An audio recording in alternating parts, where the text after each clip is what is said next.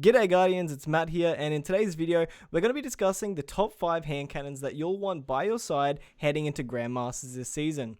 Hand cannons are one of the unstoppable champion mods currently in Season of the Risen, so it only makes sense that we look at the best ones for the job. Any hand cannon can effectively stun an unstoppable champion, and there's nothing drastically different from each one that makes that function any easier or better. But the reason we're diving into the top 5 hand cannons for this is because we're going to be stuck with a hand cannon for the entire Grandmaster run, so we need hand cannons that are versatile and provide additional utility when heading into these tough nightfalls. The criteria in which I'll rate these hand cannons will be based on things like how useful their perk combinations can be, if they're still available in the current loot pool or if they're easily farmable, and how their base stats come into play with how the gun actually feels. I'm going to be doing things a little bit differently than what you might see on other top 5 weapon lists or videos, and instead of knuckling down on the absolute greatest 5 hand cannons possible, I wanted to take a chance and lean into separating them into 5 categories and choosing the best one from each. In the current sandbox, we have Arc, Soul, and Void hand cannons in the energy weapon slot, and over on the kinetic side of things, we have the Kinetic hand cannons and the Stasis hand cannons, which share that same slot. I figured this would be a great way to separate the best 5 hand cannons by choosing the most dominant one from each slot, especially since we're in a sandbox where subclasses, mods, and builds matter, and how activities like Lost Sectors and Nightfalls have certain elemental burns to them. I can't imagine anything worse than loading up a top 5 weapon video looking for the best arc hand cannon to tackle the latest GM that has a nice 25% arc burn to it, and there isn't a single one mentioned, so don't worry, I've got you covered on all bases. First up on the list is our Kinetic slot. After a bit of comparison with base stats and perks, I went with what might be considered a bit of a controversial pick, the Loud Lullaby. This was an old Shadowkeep weapon that was reissued back in Season of the Splicer, which made many players extremely happy, allowing them to rekindle their love with this hand cannon again. I say this is a controversial pick because I can already hear you guys typing in the comments, but Matt, surely Fatebringer is way better. You know what? Fatebringer is so damn good, it's literally probably a tie with Loud Lullaby. But because of how easy it is to farm a Loud Lullaby, it edges the win for me.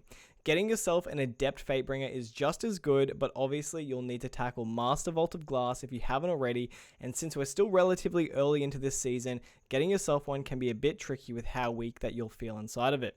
Not to mention, waiting for that one specific weekly challenge to get that Fatebringer is also less than ideal when Grandmasters are already here. But for Loud Lullaby, all you need to do is head over to the moon, grab the essence quest that drops it, and head over to the Altar of Sorrows, and you'll have yourself a roll every 10 minutes. This is a 120 RPM hand cannon, so naturally its impact and range is higher than its 140 counterparts. Another reason why I feel it edges ever so slightly over Fatebringer, since when it comes to time for Grandmasters, we want to do as much range on our hand cannons as possible. You can see here with Hammerforged Rifling, Accurized Rounds, and a Range Masterwork, this thing can push up to 85 range, and that's without using something like Full Bore, which could go even higher, making this pretty comparable to Rapid Fire Pulse Rifles, where their ADS damage drop-off is roughly the same. In terms of perks, I really enjoy my Surplus and Explosive Payload roll. With Explosive Payload, you don't miss out on the joys of having a Fatebringer, which is nice, but Surplus can be a little bit hit and miss depending on if you're playing an ability spam build or not. Most options in that third column are just playstyle based, so you could have something like Moving Target, Slide Shot, or even No Distractions instead of Surplus to reduce a lot of that flinching that comes with playing GMs. Jumping over to our second hand cannon on the list, our Stasis option, which also lives inside of the Kinetic slot. Now, there are only 2 Stasis hand cannons in the game. One of them is extremely farmable, and the other one isn't even obtainable anymore. And although that's not the only criteria that I'm following here, it just happens to be that our most farmable option, the Ice Luna, is the best option as well. Sorry, Vulpecula fans, but that gun ain't it for Grandmasters. Ice Luna is a 140 RPM hand cannon that can be very easily farmed in the Grasp of Avarice dungeon.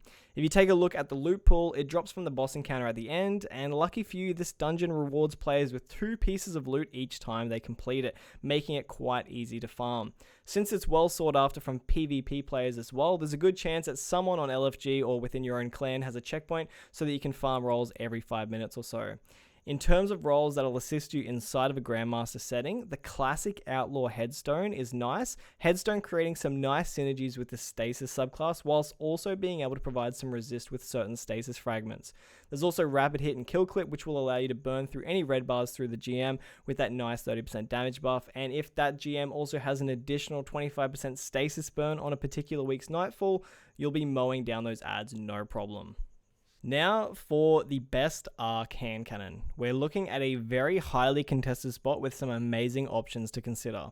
I found it extremely hard just to recommend one, so I'll loosely suggest two that I think you should have ready for Grandmasters. The first being Nation of Beasts, a 140 RPM hand cannon that can only drop from encounters or the secret chest within the Last Wish raid. I, like most people, would be using the curated masterwork role because even though it's incredibly simple, it's absolutely insane. Outlaw and Dragonfly have such a natural born synergy. But if you can't snag yourself the curated Bungie role, take a look at its perks. There's hardly a match of perks here that aren't good, besides maybe having opening shot that would give you zero benefit inside of a GM setting. The other arc hand cannon I want to mention is Posterity, which drops from the Deepstone Crypt raid. The fact that this can have over 30 bullets inside of the magazine thanks to the Reconstruction perk is absolutely insane, and if you're playing Hunter with Lucky Pants, this becomes an unstoppable champion killing machine.